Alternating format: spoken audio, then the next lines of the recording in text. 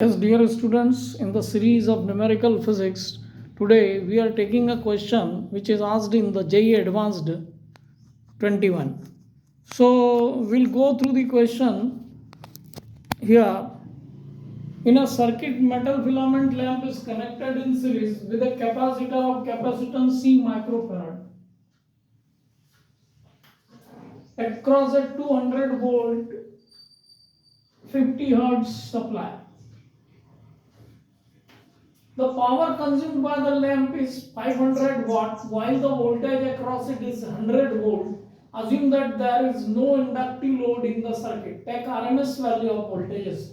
The magnitude of the phase angle in degrees between the current and the supply voltage is phi. Assume pi root 3 equal to 5. We have to determine the value of C and the value of phi.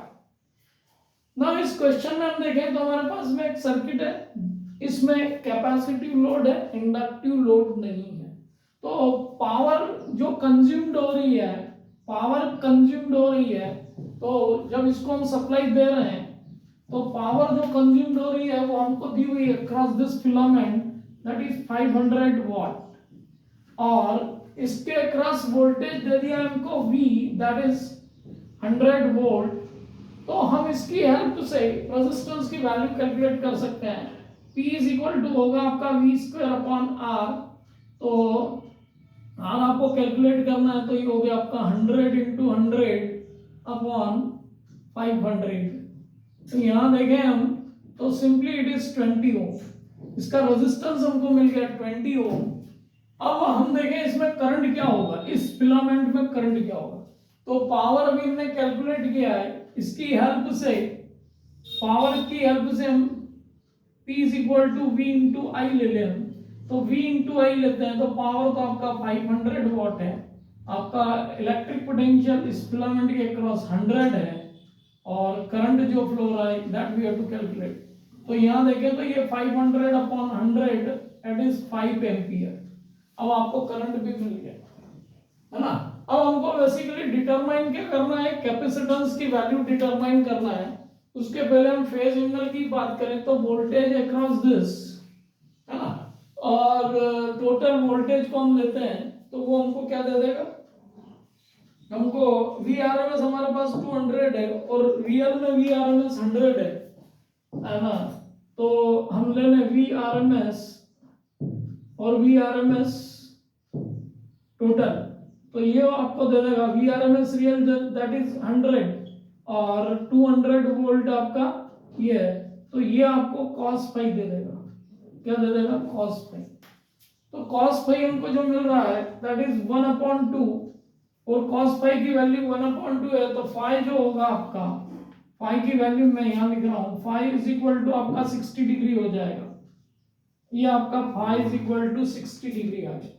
क्यों आ रहा है, cos phi is equal to हमने ले लिया 100/200, तो ये हमको दे देगा 1/2।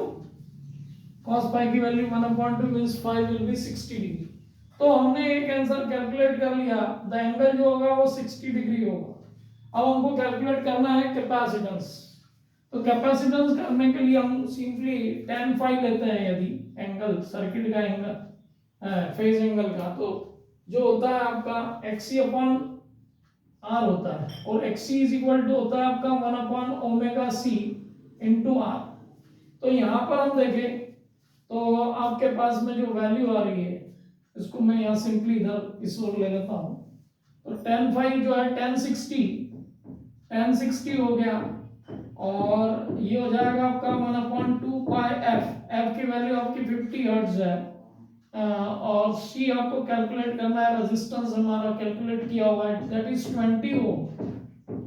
We have got this 20 ohm. तो यहाँ देखें तो ये हो गया आपका ये हो जाएगा आपका tan 60 की वैल्यू हो जाएगी √3 1/2 पाई, ये हो गया आपका 50 and 2 दैट इज 100। तो ये हो गया आपका 20 पाई एंड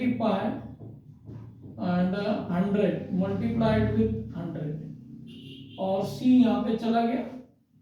तो C इज इक्वल टू हम देखें तो हमारे पास में वैल्यू जो आ रही है वो आ रही है C इज इक्वल टू हो जाएगा आपका इसको हम यहाँ ले लेते हैं, c इज इक्वल टू हो जाएगा आपका 1/2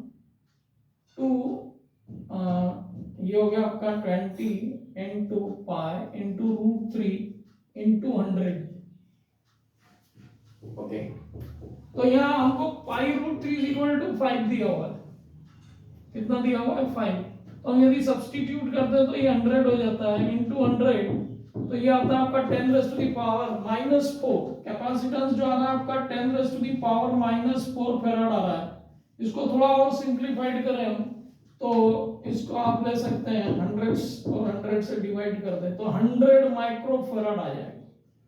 तो 100 microfarad will be the correct answer for this. तो हम यहाँ 100 माइक्रोफैराड इसका आंसर सब्स्टिट्यूट कर सकते हैं। इस तरीके से इस क्वेश्चन को अटेम्प्ट किया जा सकता है। It is already asked in the examination,